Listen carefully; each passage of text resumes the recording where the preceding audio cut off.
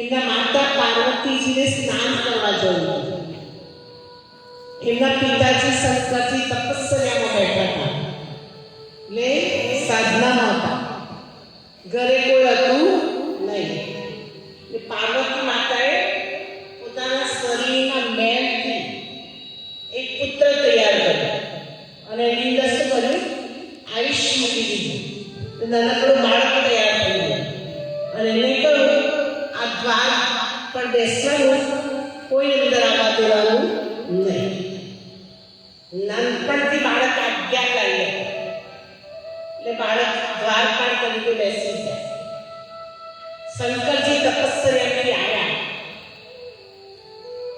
તો અંદર જતા હતા, એટલે રોક્યા. તપસ્યાથી આવેલી વ્યક્તિને ક્રોધ હોય, એમણે ક્રોધ કરીને શું કરી દીધું? બાળકનું ગળું ચીંધી કાઢ્યું. પાર્વતીજી લડવા લાગ્યા કે તમે આટલી તપસ્યા કરી, તમારી પાસે શાંતિ હતી નહીં, આ તમારું જ બાળક હતું, પણ મારી રક્ષા માટે મેં એને તૈયાર કર્યો.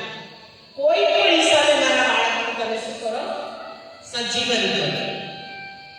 જે પણ તમારે કરવું હોય કરો. રસ્તામાં નીકળે તો સામે નાનકડું હાથીનું બચ્ચું છે, એનું ગળું કાપી અને લઈ આવ્યા અને આ બાળક ઉપર શું કરી દીધું? મૂકી દીધું અને મંત્રોની શક્તિથી સજીવન કર્યું. માતાજીને દુઃખ થયું કે તમે મારા બાળકને સજીવન કર્યો, પણ આ વિચિત્ર બાળકને કોણ યાદ કરશે, કોણ ઓળખશે? કે આજથી હું એક શક્તિ આપું છું, એની સ્થાપના ના કરતા સુધી કાર્યમાં સિદ્ધિ નહીં મળે. કોઈ પણ મંગલ કાર્ય, કોઈ પણ પવિત્ર કાર્યમાં પહેલી સ્થાપના કોની કરવી પડશે? ગણપતિ બાપાની. આજથી વિઘ્ન વિનાશક તરીકે એનું શું થશે? સ્થાન મળશે. અને ત્યારથી લઈને આ દિન સુધી કોઈ પણ મંગલ પ્રસંગની અંદર પહેલા મને બેસાડે છે ગણપતિ. પ્રથમ સ્મરણ કોનું થાય છે? ગણપતિ બાપા.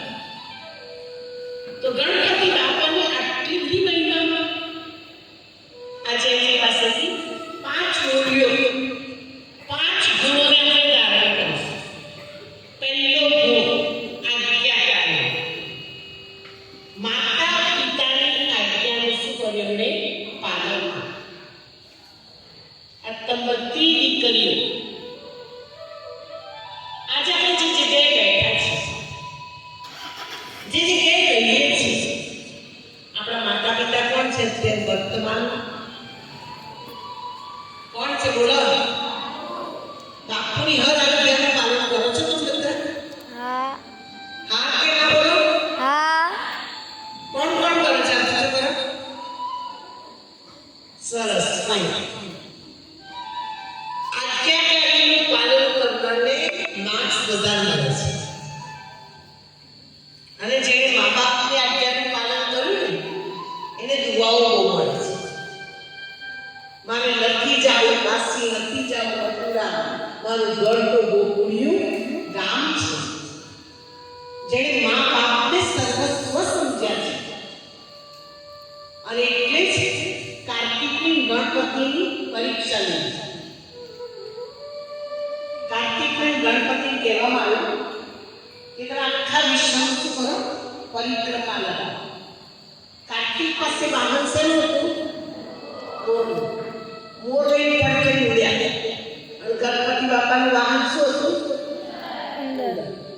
ઉંદર કેવું ચાલે? છોટું. પણ ગણપતિ બાપા બુદ્ધિનું પ્રતીક હતું. કેમ કે માથું મોટું છે, શું છે? બુદ્ધિનું પ્રતીક. એમણે વિચાર્યું કે આખી પૃથ્વીની પરિક્રમા કરવી એના કરતાં મા બાપની પરિક્રમા ના કરવી. મા બાપને બેસાડી દીધા અને એમણે શું કહ્યું? 5 પરિક્રમા. આપણું બીજું નિયમ છે માતા પિતાના પ્યાર માટે, માતા પિતાની દુઆઓ માટે, માતા પિતાના આશીર્વાદ માટે હંમેશા હાજી હાનું પાઠ આપવો પડે. ના શબ્દ આપણી ડિક્શનરીમાં ના હોવો જોઈએ.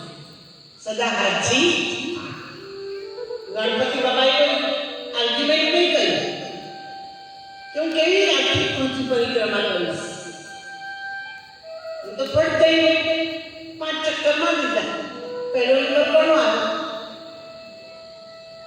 એટલે તમે વિચારો, મા બાપને મહત્વ આપું છું. તમે બધા આ સ્ટોરીથી, આ વાર્તાથી, આ એક મૂલ્ય ભલે આપણે આપણા લૌકિક મા બાપથી દૂર છે, એ મા બાપે આપણને જગતમાં લાવ્યા તો ખરા.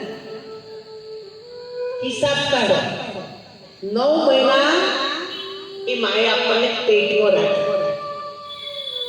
5 વર્ષના હતા ત્યાં સુધી તમને નવડાયા, દોડાયા, ખવડાયું, પીવડાયું, અને ચમચે ચમચે દૂધ પાયું. અને આપણે અહીંથી જ્યારે સંકલ્પમાંથી બહાર નીકળીને આપણા ઘરે જઈશું તો એ જ મા બાપની જીગરથી સેવા કરવાની. કેવી કરવાની? જીગરથી, પ્રેમથી. અને અત્યારે આપણે બાપુની સેવા પણ કોઈ આર્ગ્યુમેન્ટ નહીં. અને એટલે જ તમે જો શાસ્ત્રોમાં બેનું ગાયન છે, હનુમાન દાદાનું અને ગણપતિ બાપા. હનુમાન દાદા કોઈ જગ્યાએ ક્યારેય શ્રી રામને ના નથી પાડી. સંજીવની બુટ્ટી નથી જોઈ કેવી છે, શું છે, પણ સંજીવની બુટ્ટી લેવાનું કોઈ ફટ ઊંડ્યા અને આખો પર્વત લઈ આવી. શિવના મંદિરમાં બે બાજુ તાકાની અંદર તમે જોજો, ગણપતિ બાપા અને હનુમાન દાદા, કારણ કે શિવનું પુત્ર છે. અને એટલે જ તમે જો કે જે લોકોએ મા બાપની સાચા દિલથી સેવા કરી છે એ દુઆઓના અધિકારી છે. અને સૌથી વધારે દુઆ તો આપણા બાપુ લઈ જાય છે. કેટલા બધાના બાળક બની ગયા છે, કેટલી માયોના, કેટલા પિતાઓના આશીર્વાદ મળી ગયા છે. એમ તમે પણ ગણપતિ બાપા પાસેથી સેવાનું મૂલ્ય, પહેલું હતું આજ્ઞાકારી, બીજું મૂલ્ય કયું? સેવા. ત્રીજું મૂલ્ય બધી વાતોને પેટમાં શું કરો? સમાવતા શીખો. કોઈ વ્યક્તિ આપણને કહે કે હું તને જ કહું છું, તારે કોઈને કહેવાનું નહીં. આપણે શું કરીએ? આપણે બીજાને કઈ, બીજાને શું કહે? તમે કોઈને કહેતા નહીં હો, આ તમને જ કહું છું. જે વ્યક્તિની વાત નહીં પડતા ત્યાં પાછી પહોંચી જાય. વાત આટલી જ હોય, પણ પોતા કેવી થઈ જાય? આટલી મોટી. અને એના કારણે અંદર સ્વભાવ સંસ્કારનું શું થાય? ટક્કર થાય, ઝઘડો થાય. આપણે બહુ મોટા સંગઠનની વચ્ચે રહીએ છીએ. નદીઓનું ગમે તેવું પાણી દરિયો શું કરે છે? સમાવી લે છે. નક્કામો કચરો એક જ ચાલકે બહાર નાખી દે. એમ આપણે બધાનું સમાવતા શીખીએ. મોટું પેટ એ સમાવવાની નિશાની છે. ગણપતિ બાપાનું આટલું મોટું પેટ કેમ? એટલે છે. એમ આજથી આ ત્રીજો સદગુણ કે આપણે બધાનું સમાવતા શીખીએ.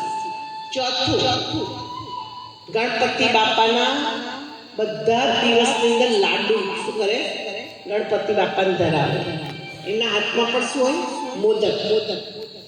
લાડુ બહુ જ મીઠો. એમ આપણો સ્વભાવ પણ કેવો બનાવવાનો? બધી કર્યો મીઠો. કડવો કરો, લડાઈ ઝઘડા વાળો કરો, બધા મીઠા છો, બહુ જ મીઠા છો. ભાઈ બહુ મીઠા છે, કલા છે. જો બાપુ કે બહુ મીઠા, તમારી મહિમા ખુદ બાપુ કરે છે. જો ખરેખર મીઠા છો. આજે થોડો ઘણો સેજ કડવા પણ હોય ને, કારણ કે વર્તમાન સમયે સંબંધોની અંદર શ્રેષ્ઠતા, મધુરતા લાવવા માટે મધુરતાનો ગુણ શું કરવાનો છે? ધારણ કરવાનું છે. એ વેલ્યુ બહુ જ મહત્વનું છે. તમે બધાએ માર્કેટની અંદર જતા હશો, કાં તો તમે ગામડામાં રહેતા હશો તો 2 લારી આવે, 2 લારી અંદર શાક હોય, 1 લારીની અંદર કશું શાકનું ઠેકાણું ના હોય, અને 1 લારી ફાઇન શાકથી ભરેલી. પણ જે લારીની અંદર શાક બરોબર નહીં ને, એની વાણી મીઠી હોય ને, એ બધી બેનો ફટફટ બહાર નીકળે.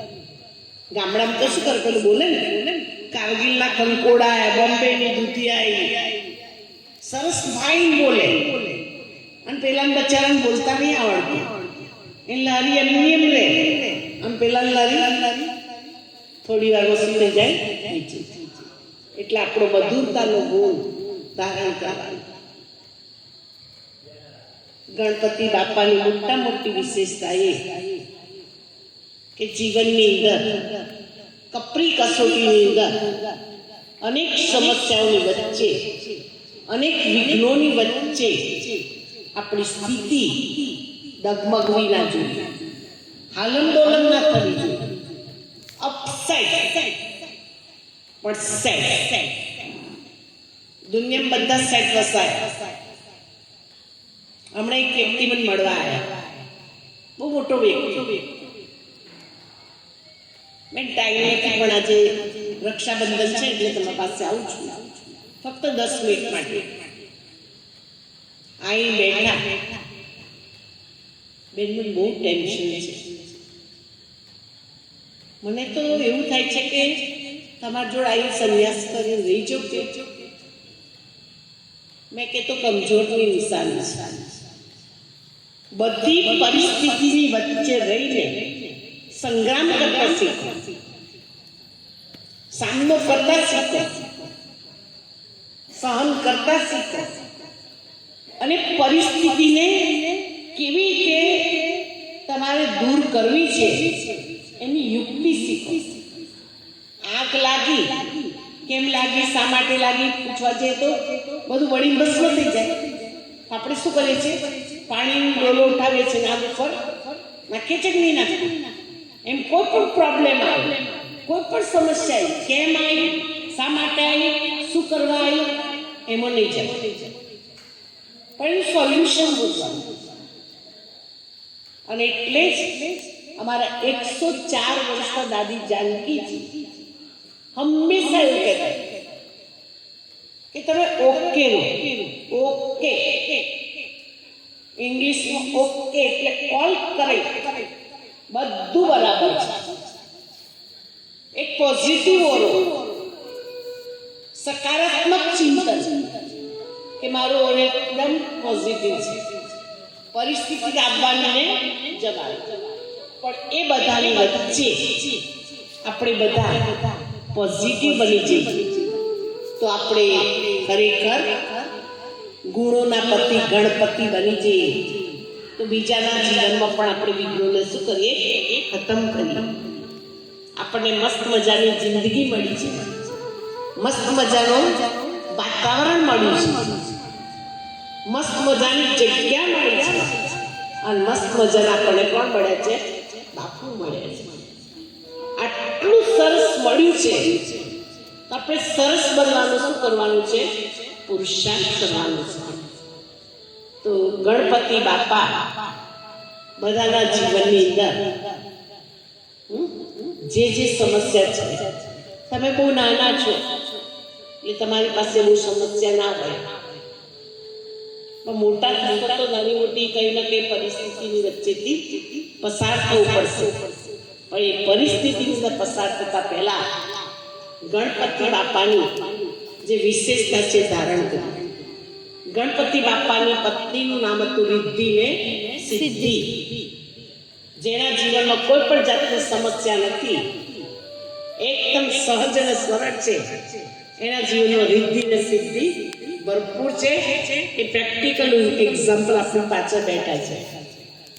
એની પાસે રિદ્ધિ ને સિદ્ધિ બેઉ છે. એના 2 પુત્રો હતા, શુભ અને લાભ. જેની ગણપતિની કૃપા છે એના જીવનની અંદર સદા સુખ સુખ સુખ, લાભ લાભ ને લાભ. કોઈ જગ્યા સુખ નહીં, બધી જગ્યાએ પ્રોફિટ એન્ડ પ્રોગ્રેસ. પ્રોફિટ એ થાય અને પ્રોગ્રેસ એ થાય. આજથી સંકલ્પ કરે ભગવાન મારા જીવનની અંદર પ્રોફિટ પણ થાય અને પ્રોગ્રેસ પણ થાય. તમને ડેમોલ હાઈસ્કૂલને નાનકડા વિદ્યાર્થીનો અનુભવ સંભળાવશો. એ વિદ્યાર્થીના પપ્પા મોટર ચાલુ બંધ કરે ને એવું ખેતરમાં ઝૂંપડી બાંધી દે. એ છોકરો પણ ત્યાં રહે. એને એમ થયું કે હું પણ કંઈક રમતમાં કે કોઈ પણ જગ્યાએ આગળ વધું. તો પેલી બરછી ફેંકવાની હતું એવી રમતની અંદર એ રહ્યો. ડિસ્ટ્રિક્ટ લેવલ પર આવી ગયો. પછી થોડી મહેનત કરી રાજ્ય લેવલ પર આવી અને તાર ભારત લેવલ પર આવી. જોયો હોય ને એનું શરીર એકદમ માયકાંગલા જેવું. હું કઈ રીતે એનું સન્માન રાખ્યું એના પ્રિન્સિપાલે. અને પ્રિન્સિપાલે ભણાવવાની ટોટલી જવાબદારી એના પ્રિન્સિપાલ બાપુ જેવા જ છે. आता તો અમેરિકા ગયા પણ તમે જુઓ કે છોકરો હાવ ગરીબ છોકરો પછી સંકલ્પ કર્યો કે મારે આગળ વધવું છે. પ્રોગ્રેસ, આપણે પ્રોગ્રેસ કરતા જવું હોય ને તો આપણને ભગવાને બહુ માર્ગ આપ્યા છે. એની અંદર આપણે સદા પ્રોગ્રેસ કરીએ. તો આપ સૌ દીકરીઓને ભગવાન ખૂબ શક્તિ આપે. ગુણોના પતિ ગણપતિ બાપાની અસીમ કૃપા તમારી પર વરસતી રહે. તમારા જીવનમાં શુભ શુભ, લાભ લાભ, રિદ્ધિ ને સિદ્ધિ સદા ભરપૂર રહે. અને તમે પણ અનેકોના રાહબર બની, અનેકો માટે ગાઈડ બની, અનેકો માટે મદદરૂપ બની. જેમ બાપુ વર્તમાન સમય નાની ઉંમરની અંદર કેટલી સરસ સેવા કરી રહ્યા છે એમ તમે પણ ખૂબ સુંદર સેવા કરો. એવી આજના મંગલ દિવસે, પવિત્ર દિવસે શુભ ભાવના અને શુભ કામના. ઓમ શાંતિ.